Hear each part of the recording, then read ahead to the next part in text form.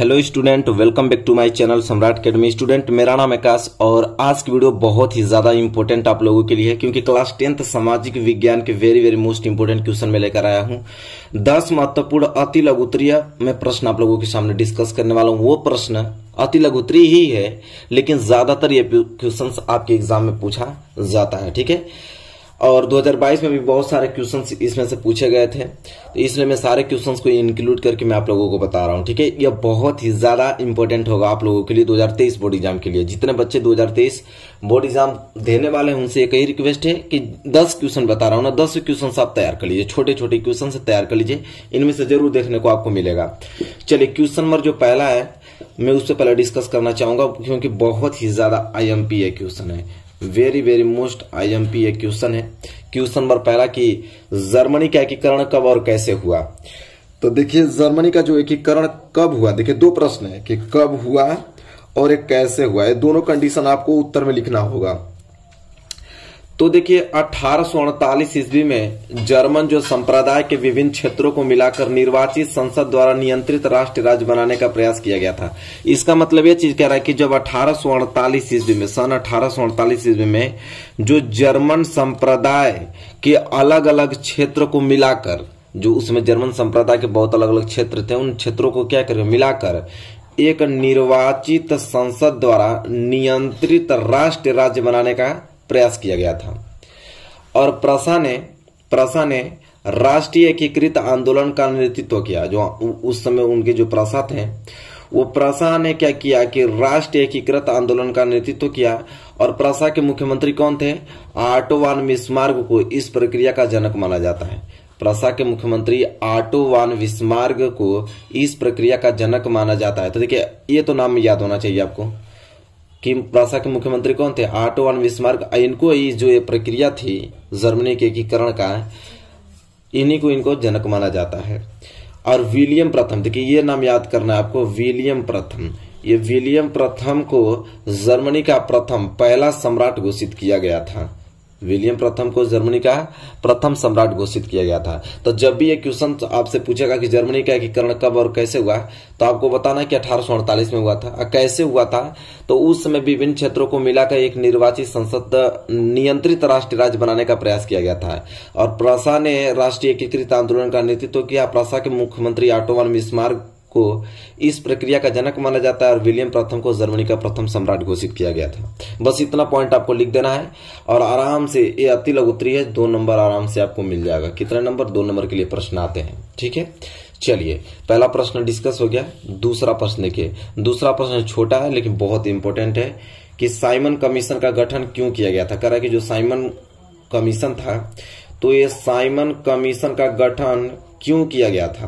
तो ये जानते हैं कि साइमन कमीशन जॉन साइमन के अंतर्गत गठित किया गया था। तो ये नाम तो याद होना ही चाहिए कि किसके द्वारा गठित किया गया था। तो नाम था John Simon. Simon commission John Simon के द्वारा गठित किया गया था। और इसका उद्देश्य यह था कि भारत में संवैधानिक व्यवस्था के कार्य की समीक्षा करना और सुझाव देना था। कह रहा है कि इसका उद्देश्य यह था, साइमन कमीशन जो गठन यहाँ पे स्थापित किया गया था, उसका मेन उद्देश्य था कि भारत में जो संवैधानिक व्यवस्था के कार्य की समीक्षा करना और उनको क्या करना, सुझाव देना था। तो क्लियर हो गया ना, साइमन कमीशन का गठन क्यों किया गया था। 2 नंबर के लिए प्रश्न आता है, 2 नंबर बिल्कुल क्लियर हो जाएगा, बस इतना लिखेंगे आप तो। ठीक है, चलिए अगला प्रश्न देखिए। अगला प्रश्न वेरी मोस्ट इंपोर्टेंट है कि रेशम मार्ग क्या थे। ये भी 2 नंबर के लिए प्रश्न आएंगे कि रेशम मार्ग क्या थे। तो आप बताएंगे रेशम मार्ग जो है ना, व्यापारिक और सांस्कृतिक संपर्क का एक ऐसा मार्ग था, मार्ग मतलब रास्ता था। कह रहा कि व्यापारिक और सांस्कृतिक संपर्क का एक रास्ता था जो क्या करता था ना, एशिया के बड़े भागों को परस्पर जोड़ने के साथ यूरोप तथा उत्तरी अफ्रीका से जोड़ता था।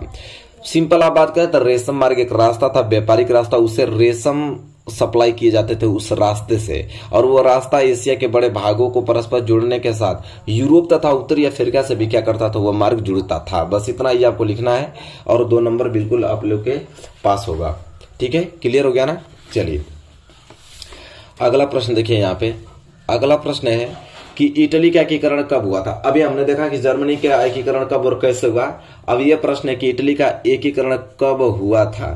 तो देखिए संयुक्त इटली की घोषणा, जो संयुक्त इटली की घोषणा थी वो 1860 ईस्वी में हुई थी तथा इतावली राज्यों को सर्वसंपत्ति से पीडमांट के साथ एकजुट किया गया। रोम सार्डिनिया का एक हिस्सा बन गया और इस तरह इटली एकीकरण 1871 में ईस्वी में हुआ।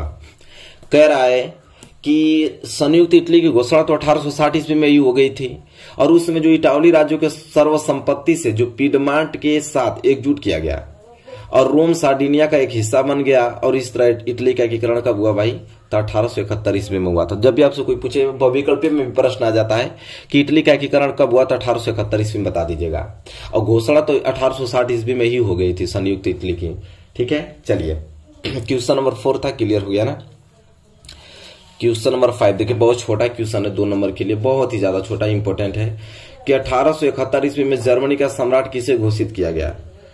तो 1871 ईस्वी में जर्मनी के सम्राट किसे घोषित किया गया था। 1871 ईस्वी में प्रशा के शासक विलियम प्रथम को जर्मनी का सम्राट घोषित किया गया।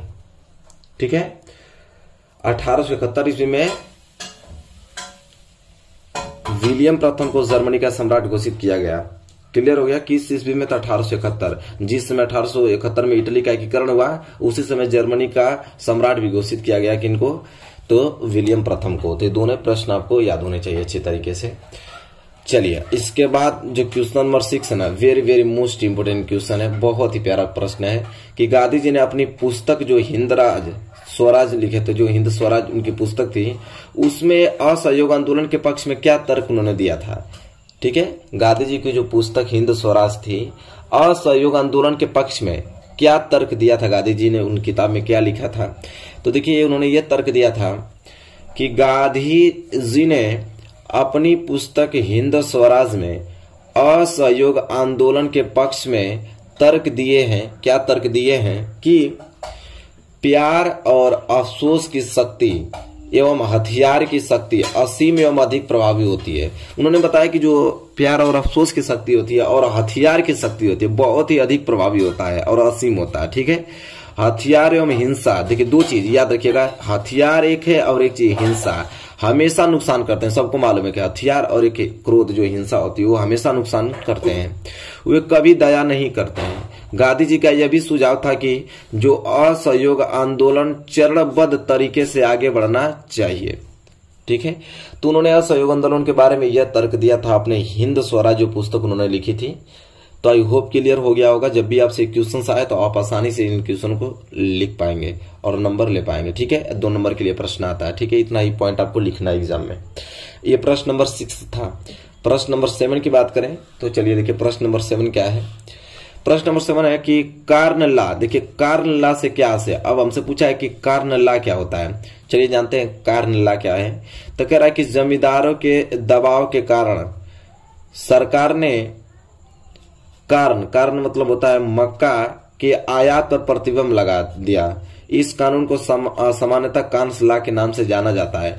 कह रहा है कि जमींदारों के दबाव के कारण सरकार ने क्या किया कि मक्का के आयात पर प्रतिबंध लगा दिया और इस कानून को ही हम क्या कहते हैं, कार्न लॉ के नाम से जाना जाता है। देखिए कितना सिंपल है। तो आई होप याद हो गया होगा आप लोगों को। जमींदार दबाव दिए तो उस समय सरकार ने क्या किया कि मक्का के आयात पर प्रतिबंध लगा दिया और इस कानून को ही हम क्या कहते हैं, कार्न लॉ कहते हैं। ये प्रश्न आता है। ठीक है, याद रखिएगा। कार्न लॉ मतलब, कार्न मतलब मक्का, अल्लाह मतलब आप समझ सकते हैं प्रतिबिंब लगाना। ठीक है, तो इस तरह आप इस क्वेश्चन को ट्रिक से याद कर सकते हैं। चलिए अगला प्रश्न देखिए। अगला प्रश्न नंबर 8वां है, बहुत ही प्यारा प्रश्न है। ठीक है, सारे प्रश्न याद करके जाने आपके। क्या है कि 1832 ईस्वी की संधि का नाम बताइए जिसने यूनान को एक स्वतंत्र राष्ट्र की मान्यता दी। कह क्या 1832 ईस्वी की संधि का नाम बताइए जिसने यूनान को एक स्वतंत्र राष्ट्र की मान्यता दी। तो 1832 ईस्वी की देखिए कुस्तुनिया की संधि, याद कर लीजिए, कुस्तुनतुनिया की संधि ने यूनान को एक स्वतंत्र राष्ट्र की मान्यता दी।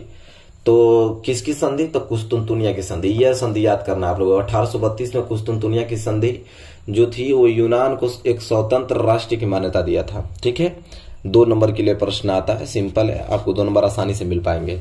चलिए प्रश्न नंबर 9। प्रश्न नंबर 9 क्या है कि नमक सत्याग्रह गांधी जी ने क्यों चलाया था। Very very most important question है। ठीक है, कि गांधी जी ने नमक सत्याग्रह क्यों चलाया था, आइए जानते हैं। तो देखिए नमक पर जो ब्रिटिश सरकार के एकाधिकार को समाप्त करने के लिए गांधी जी ने नमक सत्याग्रह चलाया था। उन्होंने कहा था कि जो नमक पर उन्होंने कर ले रहे थे, जो ब्रिटिश सरकार थी उनका अधिकार था नमक पर, तो उन अधिकार को समाप्त करने के लिए ही गांधी जी ने नमक सत्याग्रह चलाया। उन्होंने 12 मार्च 1930 को 78 अनुयायियों के साथ गुजरात के तटीय शहर दांडी के लिए साबरमती आश्रम से यात्रा शुरू की, जहां उन्होंने नमक कानून का उल्लंघन किया। करा था कि जो कह रहा है ये क्वेश्चन कि जो नमक कानून तोड़ने के लिए उन्होंने उल्लंघन किया था, तो उन्होंने क्या किया था ना कि ये डेट याद रखिएगा, 12 मार्च और 1930 को उन्होंने 78 लोगों के साथ गुजरात के जो तटीय शहर है दांडी के लिए उन्होंने साबरमती आश्रम से यात्रा शुरू की, जहां उन्होंने नमक कानून का उल्लंघन किया था। मतलब साबरमती आश्रम से उन्होंने दांडी गए, पैदल यात्रा किया उन्होंने 78 अनुयायियों के साथ, और वहीं पे जाकर उन्होंने नमक कानून का उल्लंघन किया था। तो आई होप क्लियर हो गया आप लोगों को ना ये प्रश्न, क्वेश्चन नंबर 9 बहुत ही इंपॉर्टेंट क्वेश्चन है। इसके बाद हम बात करें तो प्रश्न नंबर 10वां। प्रश्न नंबर 10वां है कि प्रथम विश्व युद्ध में किस प्रकार के हथियार का प्रयोग किया गया था। कह रहा है कि जो प्रथम विश्व युद्ध था उसमें किस प्रकार के हथियार का प्रयोग किया गया था। तो हम लोग लिखेंगे कि प्रथम विश्व युद्ध में पहली बार आधुनिक हथियार का प्रयोग किया गया था, जिसमें आपका मशीन गन था, टैंक था, हवाई जहाज था और रासायनिक हथियार थे आदि शामिल थे। तो जब भी आपसे क्वेश्चन पूछे कि प्रथम विश्व युद्ध में किस प्रकार के हथियार का प्रयोग किया था, तो आप बता सकते हैं आधुनिक हथियार का प्रयोग किया गया था, जिसमें मशीन गन और टैंक, हवाई जहाज, रासायनिक हथियार आदि शामिल थे। तो आपने देखा कि मैंने 10 इंपॉर्टेंट क्वेश्चंस आप लोगों के सामने डिस्कस किया। ये 10 आपको एकदम लर्न कर लेना है, क्योंकि बहुत ज्यादा इंपॉर्टेंट प्रश्न है, इससे प्रश्न आता है हमेशा। तो आई होप आपको क्लियर हो गया होगा। अब वीडियो अच्छी लगी तो प्लीज लाइक कीजिएगा, और चैनल पर नए हैं तो चैनल को सब्सक्राइब कर लीजिएगा, क्योंकि बहुत जबरदस्त तरीके से तैयारी कराई जा रही है 2023 बोर्ड एग्जाम के हर एक सब्जेक्ट के साथ। ठीक है, तो चलिए मिलेंगे एक नेक्स्ट वीडियो में, तब तक के लिए धन्यवाद।